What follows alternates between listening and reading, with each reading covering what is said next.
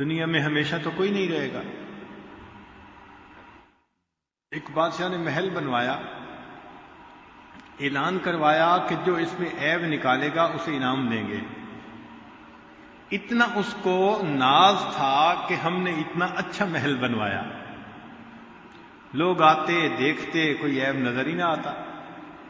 ایک فقیر گزرا ادھر سے، اس نے کہا کہ مجھے اس میں عیب نظر آتے ہیں۔ لوگ پکڑ کے بادشاہ کے پاس لے آئے۔ بادشاہ سلامت نے پوچھا تم کیا کہتے ہو؟ کہ بادشاہ سلامت اس میں 2 عیب ہیں۔ اس نے کہا کون سے؟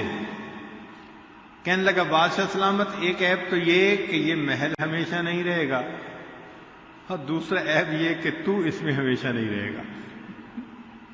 بات تو ٹھیک ہے، کوئی ہمیشہ تو یہاں نہیں رہے گا، اس کو دنیا سے جانا ہے۔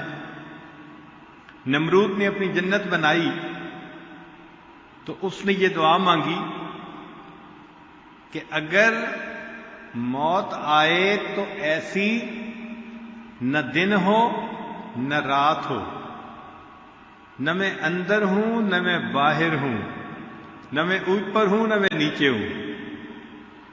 اس کے ذہن میں یہ تھا کہ ایسی صورت تو کبھی ممکن ہی نہیں ہو سکتی۔ اللہ نے اس کی دعا قبول کر لی، چنانچہ اس نے باغ ارم بنوایا۔ جب بن گیا تو اس نے کہا کہ میں اس کو دیکھنے کے لیے آؤں گا، تو اپنی گھوڑے پہ سوار ہوا اور باغ دیکھنے کے لیے چلا۔ اللہ کی شان کہ جب دروازے پر پہنچا تو پتہ چلا کہ دروازے کی ہائٹ کم تھی اور یہ گھوڑے پر بیٹھا ہوا تھا تو ہائٹ اونچی تھی۔ اب 2 صورتیں تھیں، یا تو نیچے اتر آتا تب اندر جا سکتا تھا، تو اس نے سوچا کہ نیچے اترنے کی بجائے میں بس ایک پاؤں گھوڑے سے نیچے کر کے اور گزر جاتا ہوں۔ چنانچہ گھوڑے کے اوپر بیٹھا ہوا تھا، اس نے ایک پاؤں ہٹایا اور ذرا نیچے ہوا، یعنی کیفیت کیا بنی؟ نہ اوپر نہ نیچے، اور گھوڑے کے 2 پاؤں اندر تھے اور 2 باہر، نہ اندر نہ باہر، اور ادھر سورج آدھا غروب اور آدھا طلوع۔ اللہ نے اس وقت میں اس کو موت عطا فرما۔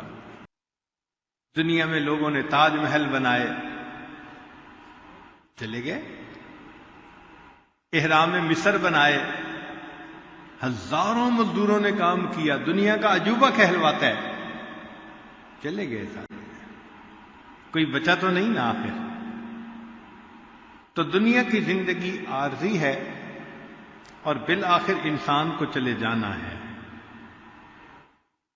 ہماری دنیا کی زندگی 100 سال کی اگر ہو تو آخرت کا ایک دن 70,000 سال کا ایک دن۔